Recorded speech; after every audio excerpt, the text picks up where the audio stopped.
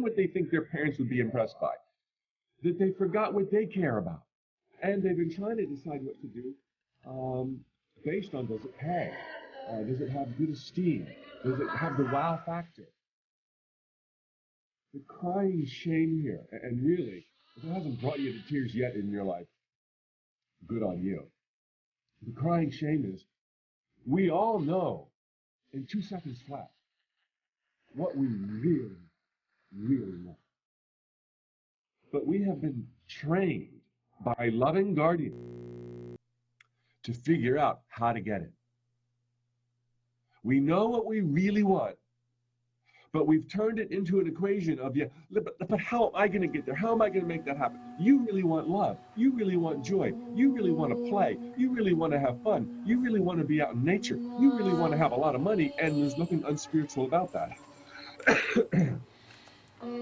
But you've turned that simple, basic question that is what guides children on a playground into the adult pragmatics and logistics of, how am I going to get to a place of joy? How am I going to find love? How am I going to find self-confidence? How am I going to make a buck following my heart? Oh, and there's so many competing theories out there of like, just pay your dues and enjoy it later. Oh, you don't have to like your job, but you can like what it brings you. And garbage I've heard my whole life. Let me ask you a question before I go. And this is one I ask to audiences literally around the world for like 8 years running right now. And everyone virtually can relate.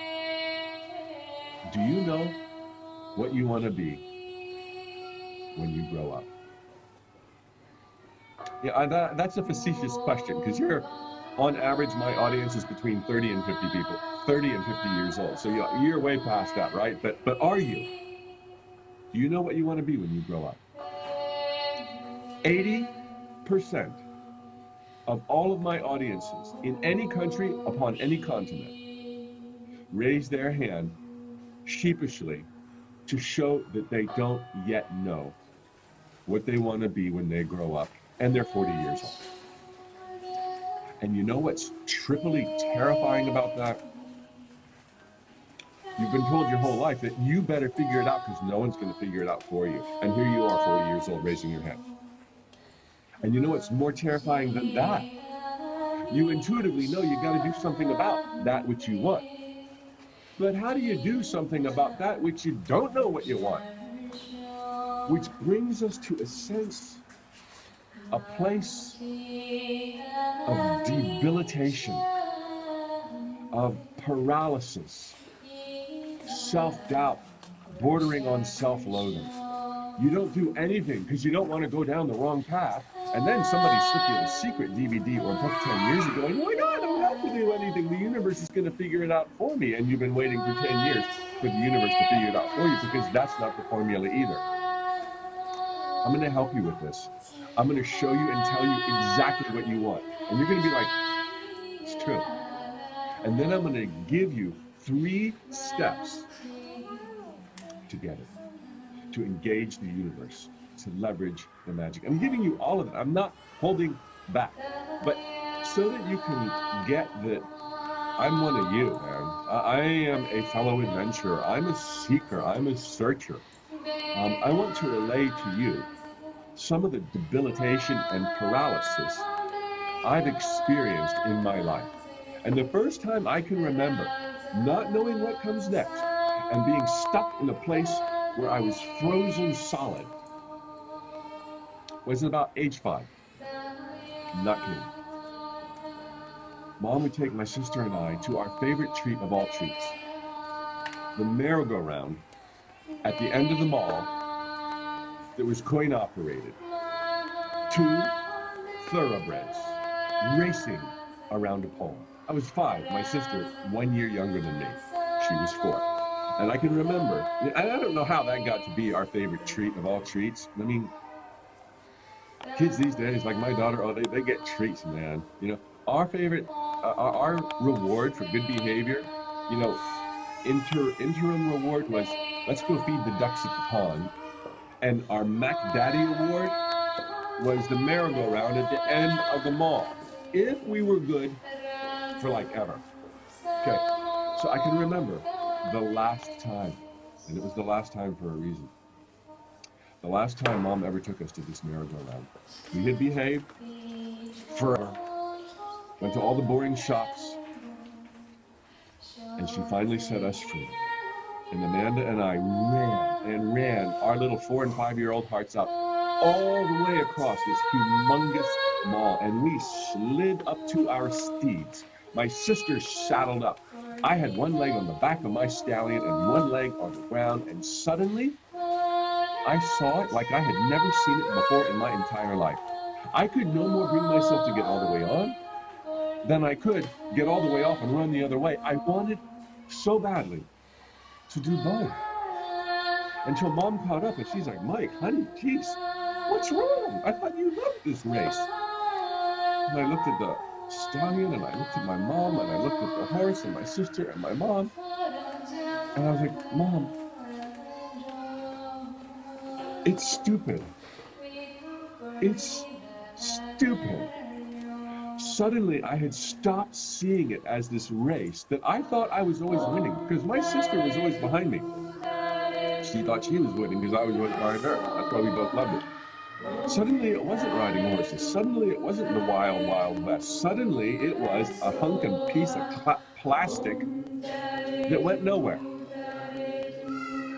And I was mortified. I was embarrassed. I was like all of a sudden a big kid, and this is like so beneath me. But I could not run the other way because I didn't know if there would be anything else that would ever bring me the joy that this piece of plastic once gave me. I mean, if we can't see it with our physical senses in these primitive times, this is all we do is use our physical senses to judge ourselves and our progress or lack thereof in the world. It's hard to really know or believe that anything is around the corner. I mean, what if the hokey pokey really is what it's all about? And so all of a sudden, I'm in paralysis, I'm in debilitation. I know that my joy is up to me, but this thing isn't going to give it to me. Yet if I turn my back on it, what will give it to me? And I'm stuck there. Mom could see right through me, as she always could. And before I even said any more, she's like, honey, it's okay. This just means you're growing up. There's going to be other stuff. I promise there's going to be better stuff. The best mom in the world. And she was right. She was right. Time went on. I was growing up. I was 9 years old. And then people were asking me, oh, little Mike, what are you going to be when you grow up? Oh, and they're so happy if the little kid has an answer. You know what it's like. You know that drill. You ask kids this day, what do you want to be when you grow up? Like I just asked you. And I would say fireman, policeman, astronaut. You know, everyone's happy with your answer. Nobody cares about your answer. But if you don't have one, whether you're 9 or 90, it's like red alert. Oh my God, little Mikey doesn't know what he wants to be when he grows up. Oh, you're approaching retirement, or you're 40, or you're 60, or you're 90, and you don't know what. Little Mike, don't you know that you can do anything when you grow up? It's like, that's the problem. There's too many choices, and I don't want to pick the wrong one, which might be your issue if you're in the 80%. If you're in the 20% and you know what's going on and you know what floats your boat and you know what you want to manifest, I'll have some messages for you later today and in our final seminar. Let the rest of this be confirmation. But when you are in that 80% and you don't know what comes next and you know no one's going to hand it to you and you know you need to be acting on it and you don't know what to do, paralysis, debilitation, heartbreak. All the while, what you really want is right beneath your nose. And I'm going to share that with you in just a moment. Now, in spite of my cool answers at 9 years old, I ended up becoming a certified public accountant, working for Pricewaterhouse. If you're overseas right now, outside of the US, chartered accountant. Passed the test, did all this stuff, worked for Pricewaterhouse. Not what I had in mind when I was 9 years old, but admittedly, it was my dream job. I got what I wanted. It suited me to a T for 6 years. Got promoted to manager, wanted more, decided to quit cold turkey, move to Orlando, Florida, where somebody would see how awesome I am and make me the CEO or president of their company, and that did not happen.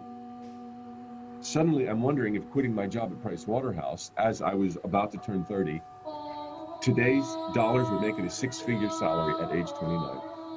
Suddenly, I'm unemployed, wondering if I hadn't made the biggest mistake of my life, wondering if I should call and go back, wondering if I should join another accounting firm or start my own accounting firm, even though I didn't want to do accounting, not knowing what would come next. And I couldn't see it with these peepers. I'm like, oh my God, what do I do with my life? Why did I quit that perfectly good job? Why did I sell my condo in Boston? What's wrong with me? Am I Looney Tunes? Debilitation. Just like when I was 9 years old. Just like when I was 5 years old. 5 years old is what I meant. 9 years old, I was going to be an astronaut. Well, thanks to Mom's encouragement, we ended up selling t-shirts, Mom, Andy, and I, the beginning of .com and today's business. But this was like 35 years ago, 30 years ago, and it was miserably slow going. If it wasn't for Mom's faith, I would have backed out. I would have done anything but selling t-shirts from the sidewalk in Orlando to tourists. That's how we started. Within 2 years felt like 2 lifetimes. I hated my mom. It blasted off. 3 of us, Mom, Andy, and I, in the first 10 years, did over $10 million. 3 people sold 1 million t-shirts. And suddenly I'm like, yeah, I rock this. I rock it. I love my life. I love who I am. But by the 10-year anniversary, trends were declining. We had already bought Mom out. My brother was being a jerk. No, I was probably the jerk, not him. He's too cool. But we weren't getting along, and so we decided to liquidate pennies. Split the cash pie. We owed nobody anything, but we certainly didn't have enough money to coast for the rest of our lives. I got my accountant's eyes on, and I'm like, oh my God, how did this happen to me? How long can I go without a paycheck? 24 months. I had a little nest egg, a life's savings at 39 years old, almost 40. I had a mortgage that was 2.5 times greater than my life's savings, and I was freaked out. And this brings you to the part of the story I shared 2 nights ago, when I was praying at the side of my bed, dear God Almighty, help me figure out this mess I was in. And on my knees, praying at the side of my bed for guidance, I remember being angry at the situation I was in, and I said to God, I don't know how I got here, but I know what I want. I want to have enough money I don't worry about losing my house. Let's call it wealth and abundance. I want wealth and abundance. I want creative, fulfilling work, but I have no idea what that could possibly be. I've already done corporate America. I've already done the entrepreneurial gig. Is there anything else? Creative, fulfilling work. I want to be surrounded by friends and laughter for the rest of my life. And I'd like to start traveling internationally again. Please, God, absolutely indulgent request coming from where I was, but indulge.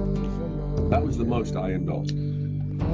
Wealth and abundance, creative, fulfilling work, in friends and laughter, international travel. In hindsight, that was the first time that God Almighty did a little happy dance on my behalf. Why? It was the first time in my life that I wasn't trying to micromanage my successes, my victories, not through brilliance or intelligence, and you'll see there was a lot of intelligence to those end results in a moment when I explain, but because of desperation, I was at the end of my rope and I could no longer micromanage. I asked you at the end of the last class, are all end results the same? You know, what if you want Rocky to fall in love with you? What if you want your employer to give you more money? What if you want so-and-so to do such and such? Are all end results the same? Your wish is the universe's command. Does that apply to all commands? Or might there be some that put you out of reach of life's magic? Much to the chagrin of divine intelligence who adores you, and much to your own chagrin when mountains refuse to move. This is what I stumbled upon. By being at the end of my rope, desperate for ideas, not knowing how to micromanage. Drum change your life. You won't be convinced of it. You'll think, no way. But hear me out for this lesson, and it will change your life. Drum roll, please. What I learned is our most prized dreams, desires, and end results ought to be generally stated. Generally stated. Your big dreams should be general. They should be vague. Now that sounds like kooky toots. I know. Hear me out. When your end results are big picture, like wealth and abundance, instead of $1 million by December 31, or love, joy, instead of Bruno falls in love with me and takes me to Rome, or living pain-free, fully recovered, recuperated, reconditioned, instead of get rid of that lousy pain in my back. Let me walk up straight. When you have broad brush strokes, you give divine intelligence, which you cannot comprehend. It is so divine and so brilliant. You give that brilliance of the cosmos to connect the dots and bring you into a life of financial abundance that blows your mind, that brings you into a life of health and recovery that you never thought was possible, that brings you to a person to love and enjoy with benefits that you didn't even know was alive when you wanted a travel partner. This is what we give divine intelligence when we keep it general and even vague. Now, there's a problem with vague. It doesn't stimulate your joy or kundalini or make you feel emotionally charged about it. That could be catastrophic, but there's a workaround. There's a place for the details, and I'm going to get to that in a minute. Details are vitally important when you visualize and create affirmations. But right now, out of the block, I stumbled upon something that I can see so clearly in hindsight. By no longer micromanaging, because I didn't know what to ask for anymore. I had already asked for everything, received everything, and burned it all up. I got general. When you're a micromanager, that's exactly when, and I asked you about this 2 nights ago, you sometimes hit it big. You sometimes totally strike out. And other times, you hit it big, but in a week or a month or a year, you totally regret wanting what you wanted, and you wished you had asked for something or someone else.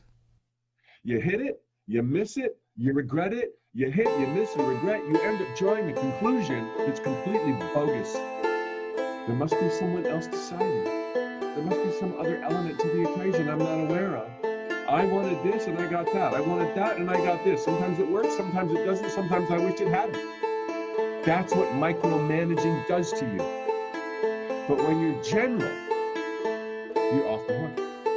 You give it to divine intelligence, full latitude, total wiggle room, to figure out the shortest, best, quickest, happiest way to get there. And sometimes down the path you didn't even know existed. Sometimes with a best friend or partner you didn't even know was born. Sometimes through a method or a modality that you were ignorant of prior to the journey beginning. This is what general end results do. This is a cornerstone of my best-selling book, Playing the Matrix, and what I've been putting the word on for 8, 9, 10 years. This is why people in Moscow, in Kuala Lumpur, in Sydney, Australia, in Kansas City, in Honolulu come out and hear. It is this simple. And yes, there's tangents and nuances, and I still got more time, and I'm going to fill that in. I'm still got another session with you.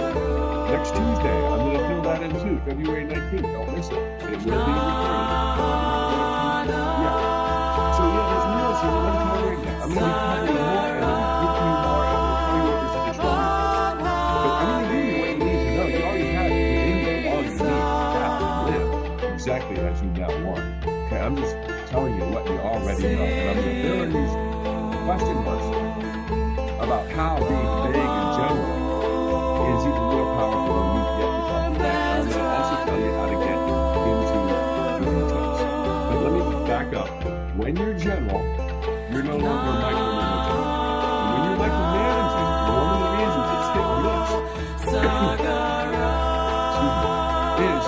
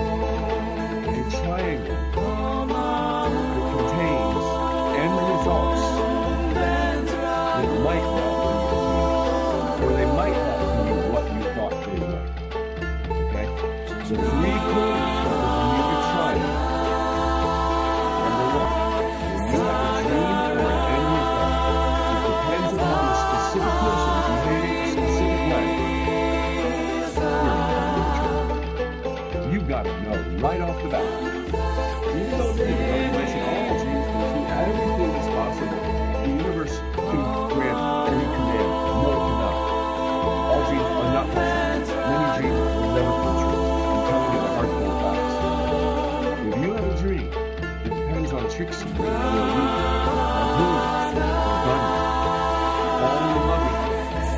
Don't you agree that that falls into the realm of manipulation? Maybe Bunny loves Rocco, and you getting involved and denying their free will ruin freedoms. You can't make someone else fall in love with you. But here's the extraordinary news. When you're genuine, I want a child partner with benefit, is thrilled, and I adore like I didn't even know I could adore, who adores me like I didn't even know I could be adored. It takes me to a higher level, it takes me to a greater law. The universe is like, I know exactly how some of the people can feel you that way. I know where they live, I know what they do for breakfast, I know how I can make your abs balls. You can have that. But when you say, I want these things, and it's gotta be moving, you slam shut the door on all other possibilities. That perfect person view is no longer reachable, because you're gonna have room, and you watch the secret 35 to 30 days, and you can make this happen. The universe feeling, listen to your wishes, and demand agreement to the best pathway. When I say that there are things that can never come true, that does not mean that there's anyone who can't be happy, live in abundance, be healthy, recover from disease, lose weight, lift weights, and be working with animals. Those can all come true. But when you have an end result that tries to micromanage logistics of how you're going to get there, get into abundance by selling my book, and Oprah will love it, and my house will sell millions of copies. Or I'm going to live with my soulmate, Bruno, and we will learn to love by cooking. When you have the faith, you created your fulfilled by doing X, Y, Z. Look, just ask for creative fulfillment in the universe as you show it. Baby steps will perfect the box as you've given her infinite latitude in the general end result.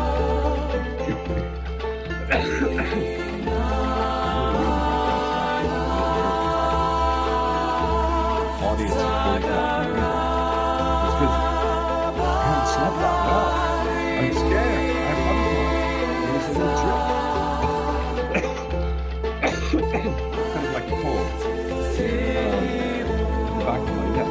In fact, this is a good reason to have a cold. So I'm not going to do myself. But, so I'm just taking some cough lozenges so that I stop coughing. I know you're probably already saying, "How do you feel up your mic?" Because that's not what it's saying. That's not awesome. I feel awesome. This is a high point in my life. I feel insane. It's just a teeny little drip in the back of my throat. So, back to the general end result. It alleviates us from having to micromanagement, because we end up limiting the divine intelligence. Because we're saying it's this doorway, it's that pathway, it's this boss, it's that rock star, it's that hot date, it's this career. Don't even do it with careers. Other than say, I want to be creatively fulfilled. The universe is like, I do that for you. You're good at this, and you hate that, and you want to be better at this, and you have experience that can do it the way you're good at. And we put it all together, and you'll be creatively fulfilled. That's all we got to do. And this is what I stumbled upon with those prayers to God on my knees in the dark night of my soul when I said, dry tickle. When I said I want wealth and abundance, creative fulfilling work, surrounded by friends and love, international travel. Those end results all of a sudden made infinite possibilities dance on the stage before me. Now they're just dancing, and your car's not here. Not much is going to happen. So I want to parlay this thought about general end results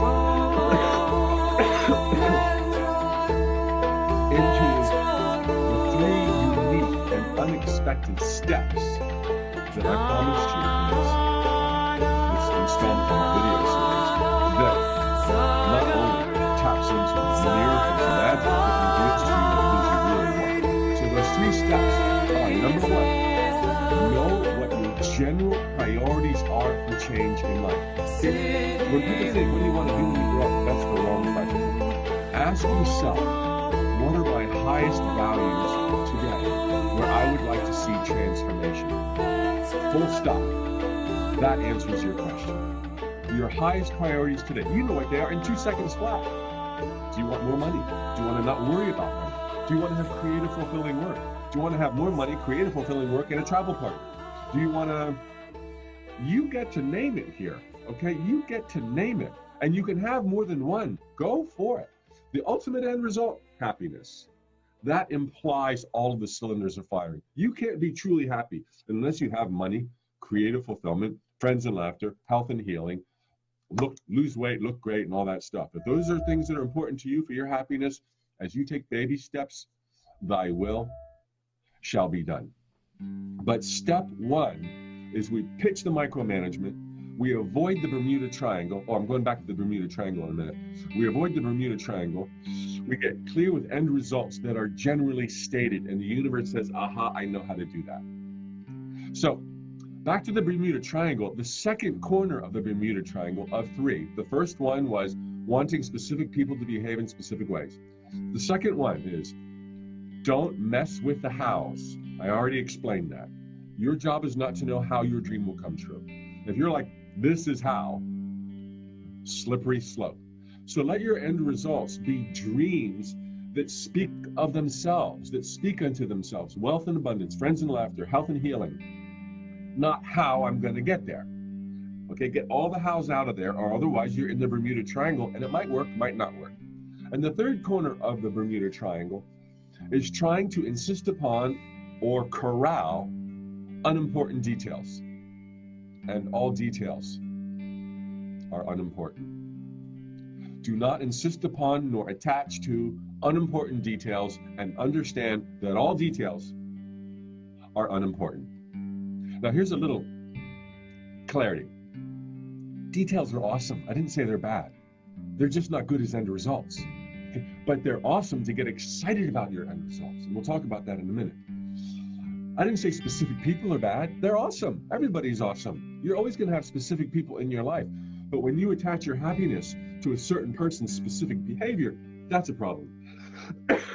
And once your dream comes true, there will always be a how it came true. There's nothing wrong with hows. They're awesome.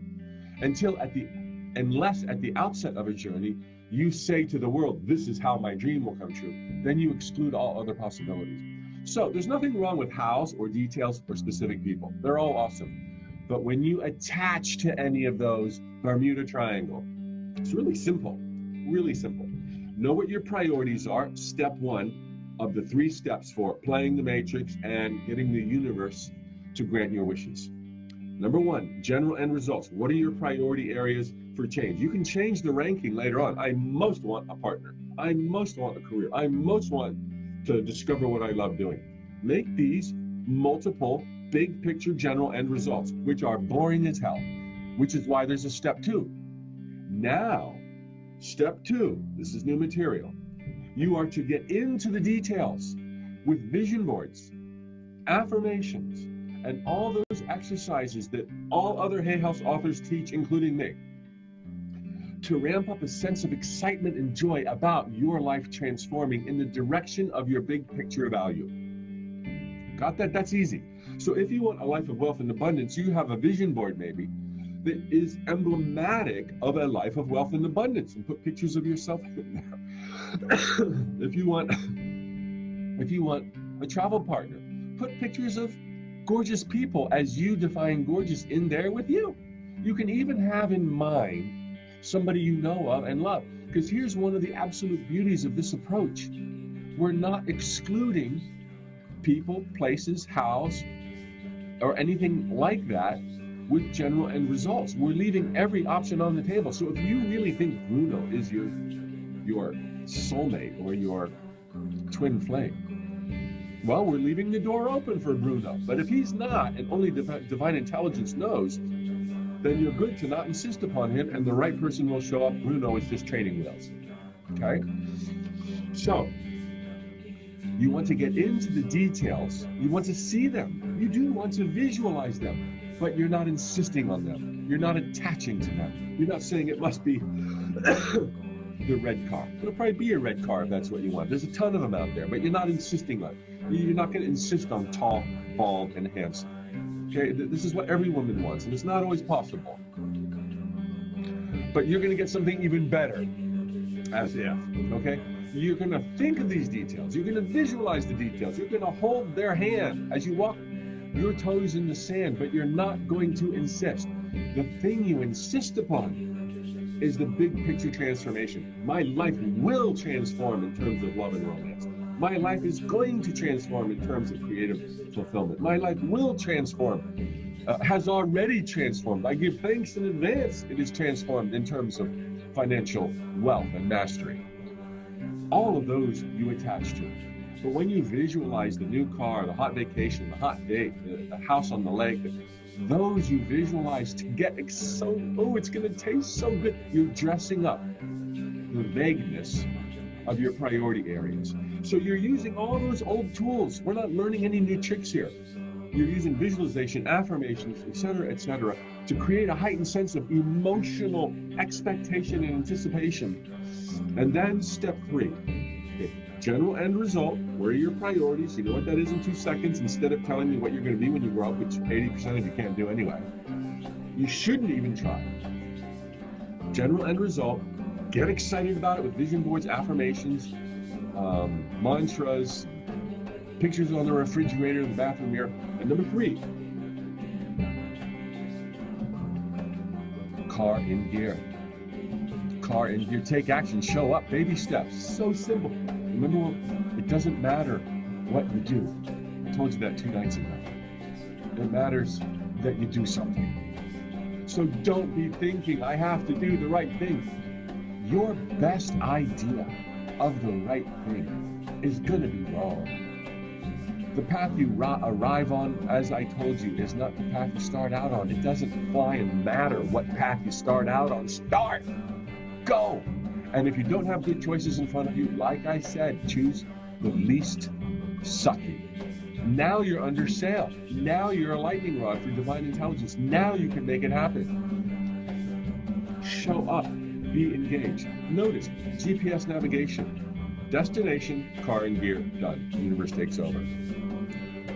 But in GPS, we're specific with our destinations. In living the life of your dreams, we're general. Therefore, we need an additional step that we squeezed in the middle. General end result, that's boring. So get excited about it with the details when you visualize. And then put your car in gear. Those are the 3 steps. And we've already answered what it is you really want. Don't let that be a heartbreaker anymore. We tell you what you really want. To be happy. That's all you've ever wanted. That's all anybody ever wants, to be happy. Yes, you can put love in there. Yes, you can put fulfillment in there. Yes, but you want love and fulfillment to be happy.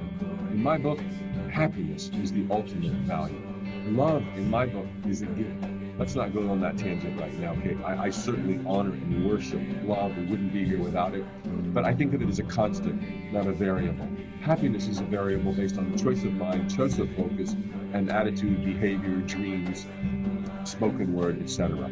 Happiness is what we're striving for. The love's already there. And you can have it, and you can stop. The next time somebody says, what do you want to be when you grow up? You tell them, happy. Okay. Next time somebody says, hey, how are you today? You tell them, I'm happy. Declare it. Use your words. This is the ultimate end result, and it implies everything else is clicking in your life. So funny. I got to tell you this. Invariably, in my initial audiences, when I would go through happiness is the ultimate end result. And you don't have to go just to happiness. You can go to money, and you can go to other stuff. Somebody would raise their hand and say, what if happiness is all I get? Like, really, just happy. Ooh, just happy. That would be so bad. But they thought, because we're trained micromanagers in these primitive times, they thought that the universe might say, oh, you want to be happy and have a date. And you didn't tell me that. How could I know? You want to be happy and have food in your belly? If you don't tell me, how can I possibly know? You want to be happy and have a job and creatively? They would think that if they don't name it, they can't have it. Baloney. You're so inclined to succeed. You're this gladiator of joy, this tidal wave of eternity rolling through the cosmos. Now you are playing the role of, hi, I'm Mike Dooley. And you chose this role so that you could be joyful and expressive and divine in this existence. And so all of those values are seeking to be fulfilled, and you don't have to say, oh, and I want to have enough money to live. You don't even have to name what you most want to have it. If you aspire to a larger, bigger picture value that demands it. True happiness demands that you have a full belly. True happiness demands you have friends and laughter. True happiness demands that you recover from an illness and look pain-free. True happiness demands that you can live your life on your terms. And so happiness is the ultimate end result. But there's so much wiggle room. If you want opulence, wealth, and abundance, if you want millions and millions of dollars or pesos or dineros or sterling or euros or yen or whatever, go get it. You can have it. That's nothing. Given that you have life on earth, that's nothing. And this is how. You just focus on abundance and move towards it while staying excited by visualizing and using affirmations. And you're always moving towards your car and gear until you arrive. You didn't know that this was true before. That's why it seems like it's not working, or you draw conclusions based on your physical senses, or you fall into some of the traps we talked about last week. Now, I want to answer some of your questions.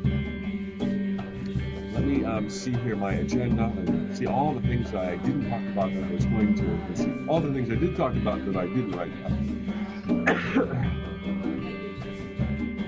Wow, I got it like all. I got it like all. So I'm going to switch over to questions and answers right now, and my team has adeptly brought over a bunch of your questions. And if you have questions you haven't asked yet, continue to ask them, and they are going to be relayed to me. I'm going to spend 10 to 12 minutes right now, maybe 15, answering your questions about stuff I've already talked about. And I'm going to give you a few nuggets of additional leverage on the universe and performing miracles. I'm going to tell you about our exciting exercise that you get to take home, mapping the future.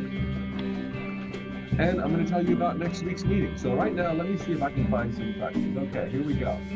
I'm reading my monitor. Let me put it over here so it looks almost like I'm looking at you. My question is, what if you have already manifested the beginning of your deepest dream? How do you continue to focus on that dream without the specific details? That's an amazing question, Winnie. Thank you for asking on behalf of everybody, the entire 40,000 people. So, I won't repeat it. Just go straight to the answer. The question implies a misunderstanding of what I was sharing. Let me fix my screen because I'm doing double vision of myself. Winnie, you're supposed to visualize the details. Visualize the sights, the sounds, the colors. You could even put specific people's faces in there just to make the room feel better. And that is not to diss anybody that you were picturing in your dream. Better for you doesn't mean that they're a better person. So you're supposed to visualize these details with you. It's perfectly, I need to adjust my screen here. That's perfectly all right. Sight, sounds, colors. But here's the trick. Don't make the mistake, as we have all done in the past heretofore, of suddenly thinking that those details and those circumstances and those faces you're visualizing are your dream. They're not your dream. That's the icing on the cake. Your dream is this big, soulful desire. From today forward, I don't know what your dream is, so I hope it's not in the Bermuda Triangle. Your dreams from this day forward ought to be generally broad brush stated. Okay? Now you can dabble with, I'm going to visualize that the webinar I'm doing for a Hay House goes well. I'm going to visualize that my talk or my book or my date with Roxanne is going to go great. You can dabble with that, but when those things don't work out, it's not on you. Okay? There's a million other factors, and it doesn't mean you're self-sabotaging, and don't draw bogus conclusions. Moreover, while you visualize a hot date with Roxanne, more importantly, you visualizing that your love life is amazing and the envy of all of your friends. Okay, just filled with joy and bursting with love. Now, dabble with visualizing Roxanne, but leave the door open because it might be Trixie or somebody else, okay? So visualize all the details. Just don't mistake the details for your end result. Your end result is the big picture that will bring its own details, possibly the ones you visualized and maybe not. Okay. I have moments of amazing manifestations and other moments of being utterly stuck. How do I get more manifestations and less stuck? Or perhaps I should ask, how can I more consistently manifest? The more general your manifestations, the more you move to 100% success. And when I made that outlandish, utterly insane comment that you can have 100% success with manifestations, that's contingent on you having general broad brush definitions for your end results. Meaning, wealth and abundance, friends and life, creative fulfilling work, international travel, health and healing,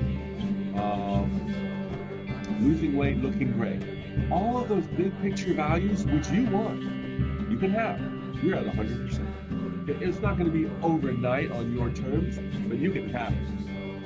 It's when you're micromanaging and you're in the Bermuda Triangle that you're bumping into elements that may or may not be reachable depending on other people's whims. That's when you have heartbreak. So by moving this way, and I say this to Leanne, you'll have more successes with less micromanagement. Now go ahead and micromanage if you want and you're willing to risk a fail. Nothing's really a fail, it's all learning. But don't label yourself a bad manifestor. And moreover, simultaneously be working on the big stuff. How do I get more manifestations and less? How do I get less stuck? Well, that's really your answer. And another thing I would say, Leanne, is don't draw conclusions. The only conclusion is it's working. It never fails. Every day I get closer, every day it gets easier. When your end results are general, you can know that's the case. And just because it hasn't happened yet, maybe it's been 2 years, that does not mean it's not coming tomorrow. It's coming. They all work. But you have a lot of desires at the same time. And some of our desires are intertwined with manifestations on a global level, and so you have to be a little bit patient. So realign your sights here and move into the fast lane of it works all the time again. Let's see, Stephanie. Hey, Toronto's in the house. How do I get rid of those scary worries in the middle of the night? When you figure that, Stephanie, when you figure that out, send me an email, okay? Because, I've been thinking about speaking to 40,000 people, and I can't sleep at night. Now I have a drip, a nasal drip, and I'm coughing in front of 40,000 people. Here's the deal, Stephanie. My life experience has shown me fear's always going to be there. It's a matter of managing it. And when you face fear in the face enough times, and you ultimately blast forward, move higher, and rock on, you stop caring. It's never fun, not for me. But it's like fear, as I wrote in a note from the universe, usually means you're right where you should be. Keep on going. And that day will come when you're like, okay, this is it. This is right. And so you're managing it. You're not abolishing it. The greater your wisdom as time goes on, the less there is to fear. It's like, you're going to hit all cards. You're going to do a great job. Everyone's going to love you. You're going to make a lot of money. You're going to heal. You're going to recover. You're going to have clarity. You're going to be fulfilled. It's like, you do. I have to admit, I worry less now than at any point in my entire life. I have less down days now than at any point in my entire life. There is such a thing as an upward spiral, and too many people think that life is all objective and all about contrast. And if you want to have good, you got to know what bad is. Their whole life is like this: good, bad, because you have to have contrast. Contrast is theoretical. You don't have to go there. You can have good, better, great, good, better, scared to death, good, better. You heard of an upward spiral? All right. Can you ask for good health for someone else? Ooh, this is a big question I get a lot. You can, and you can imagine them happy. You can imagine them well. You can imagine them healed. And it will reach them with the love that's sent it. And it may make all the difference. But it's up to them. You can bring the truth to them. You can bring love to them. But if for their own agenda, their own reasons, their own lessons, they don't want to learn, They don't have to learn it. So no, you cannot make somebody better. But you can help. You can offer. It's like sending a love note to somebody, you know? They're going to get it. That's just like, but will they read it? Will it matter? Will it touch them? Will it change their course? That's entirely up to them. So I would just say try. Let me see here. Who's got a question? All right. I think. Okay, 2 questions here. I have trouble visualizing. Any advice? Yeah, forget it. You don't even have to visualize to be a manifesting rock star. You're already one. But here's a tip. Instead of visualizing sights and sounds and colors and textures and aromas, visualize joy. You just go, woo, woo, woo. You just do a happy dance for 2 minutes. Use your smartphone timer. I do this. You can do this. Just like, yes, oh, thank you. I love that. You don't even have a reason. When divine intelligence, your greater self, your inner witness sees this joy, the only way those thoughts can become things is if circumstances, physical and material and otherwise, are rearranged in your life as you show up in the world. Always got to have car and gear to bring you cause for such celebration. This is another example of how you can bring great things into your life without even thinking of them. If you think of a higher value, rocking joy and total celebration, you will be given reasons to celebrate, and those will breed more reasons, and you will become unstoppable. What was the other question? And then I'm going to look at change it here.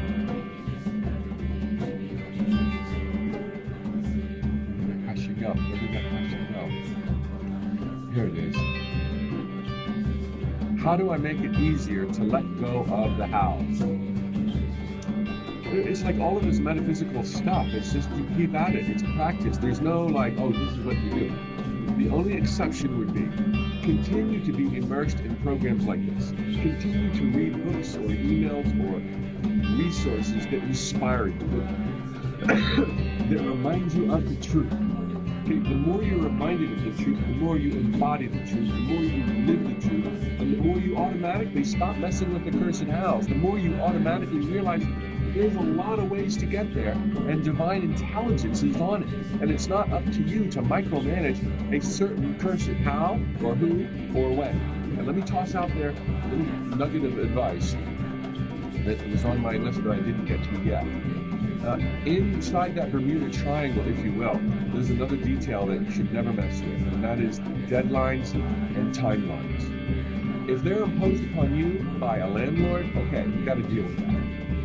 If you want to impose them on yourself for your baby steps, that's a great idea. Like I write a chapter a month, or a chapter a week, or whatever, you know, and then you roll with it if you didn't quite make that target. But please do not put timelines or deadlines on the magic. Why?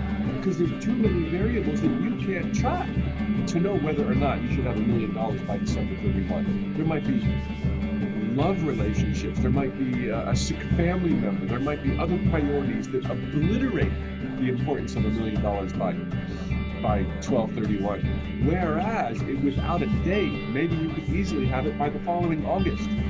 But if you put a deadline of December 31, come January 1, you're going to feel so defeated and so broken and so unable to manifest anything because you're still in debt, that now you can't even have it in August when you would have automatically had it like a shoe-in. So don't mess with putting deadlines or details on divine intelligence. All right, so let me wrap up, fellow adventurers. Today's video was entitled, How to Know What You Really, Really Want. The answer is, go big picture, look at your priorities for change, and in 2 seconds time, you have the answer. And stop reworking your answer into one of, yeah, but how do I get there? Your answer will inevitably include joy, love, friends, health, healing, improved finances, and the like. That's it. Done. That's how you know what you want. You didn't expect it to be that easy, did you? Then, for the 3 steps, get into the details for these priorities and imagine as if they were already done. Visualize the details, affirm the details, speak the details, declare them, put them on your refrigerator, have vision boards, have scrapbooks. Stay excited about the transformation because the end result is now vague and general. And step 3, take action in any direction. Remember, we said that you can go in the wrong direction with GPS guidance. So long as you're rolling, guidance is forthcoming. Make a legal U-turn, right? So, this is equally true when it means taking baby steps in the direction of life transformation for abundance or health or romance. Just do anything. Do stuff. Get a little intuitive. Be a little intellectual. Reason and deduce. And go where you think is wisest and smartest to go. Go where other people are going who want the same things. Okay, that's how simple it is. It doesn't matter where you go. It matters that you go. And then you'll be reachable. Then you'll see confirmation. Then you'll meet somebody who will tell you about something that all of a sudden you're on the yellow brick road to the life of your wildest dreams. So those are the 3 steps. End result general. Get into the details to create emotional excitement and expectation. Take baby steps, baby steps, baby steps. Rewatch this. If you like this, if I hit some notes, if I made some sense, if I gave you some clarity, please tell your friends about it. We're looking for another 40,000. Just kidding. But not kidding about tell your friends. Tell your friends these videos are coming down. They're a gift. They're limited. Act now. And watch the first video from 2 days ago about the art of performing miracles if you haven't watched it already. The worksheet. Oh my gosh, you're in for a treat. You're all getting a free worksheet that has these 3 steps I just told you. And then has examples of how to fill out a chart. If you have questions about this, I might be able to answer them on Tuesday. What is your general end result? Get into the details, just don't attach to them. What are possible paths you might go down? We're not going to insist, make these cursed hows, no. And what are some actual baby steps you can do in the days ahead? We're mapping it out. It's so easy. And then I'm so excited. I got permission to let you in on a little secret. We're not going to be having another meeting for 5 days. Okay, we just met 2 days ago, and now we got to wait 5 days. This is like a new romance. I don't know how I'm going to make it. I don't know how you're going to make it. So, in the middle of this 5 days, you're going to get another email from me with a really cool exercise about stoking imagination. It's really fun. Okay, so be on the lookout. You're going to get that email, and it's all fun, it's all good, it's all free. Let's see here. So, Tuesday, February 18th, same bat time, same bat channel, 12 noon Eastern time, 3 p.m. Eastern time, Tuesday, February 18th. Oh, and let me tell you what I'm going to talk about then. Tell me if this is a question that's come to your mind already. You want to visualize pain-free living because you're in deep pain right now because of your knee or your back or your feet or arthritis or whatever.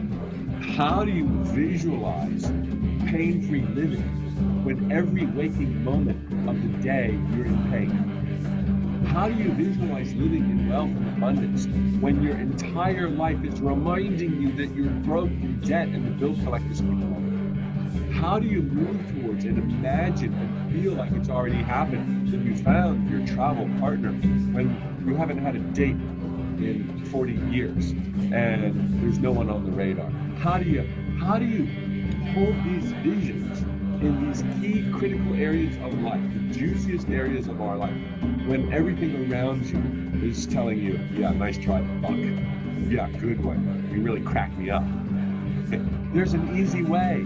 I got so much to share. I've been doing this for 20 years, and they gave me the green light to share the best of my best. So please tune in on February 18th, and I'll give you the skinny on that stuff. And I'm going to talk about tips and tricks for, like I just said, the 6 coolest general areas of your life. Let me say love, career, money, losing weight, looking great, health and healing, and of course happiness. I'm going to talk about drilling down transformation of the greatest kind. Fellow adventurers, Your dreams are not yours by accident. You have them for a reason, many reasons, not the least of which is to make them come true. There is no agenda. There are no unknown variables working against you. You're not here to be tested, judged, and sentenced. You're not even here to be tested. The universe, divine intelligence, does not give tests. Zippo. We give ourselves tests when we create confusion for not understanding the truth. But you're immersing yourself in truth with my program, with other programs, with deep thought, and you're going to absolve yourself from the need to take any more stupid tests, because tests suck. All right? It might seem like you're being tested, but you're not. You're just working through confusion. Are there lessons? Oh yes, there's lessons that we say, I want to learn that. I want to be more empathetic. I want to be more compassionate. But they're not assigned to you. You have carte blanche to live the life of your dreams. The elements are waiting. Show them where you want to go. Create a new picture in your mind.